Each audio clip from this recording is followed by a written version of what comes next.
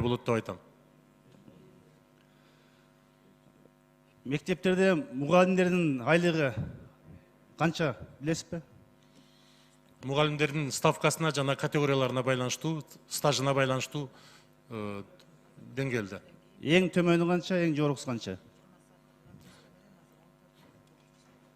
20 сааттык нагрузка менен бүгүн 14.800 сом алып атат. Ал эми эгерде октябрдан 30% көбөйгөн болсо, көбөйгөндөгү октябрдагы маселе, сиз айтып аткан маселе, азыр мен чочулап өзүм дагы ушуга катуу маани берейин деп атам.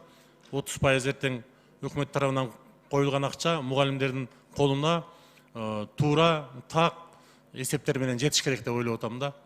Ушуну азыр механизмдерин иштеп чыгып, бардык жерлерге биз ушуну иштеп чыгышыбыз керек. Сиз айткан 14.000 айлык акы бул жарым айлык акы орточо. 6-7 миң алгандар мугалимде иштеп атат айылдарда. Ушуга көңүл бурушубуз керек. Айлыгын көтөрмөйүн эч кандай сиз алардан талап кыла албайсыз, реформа болбойт.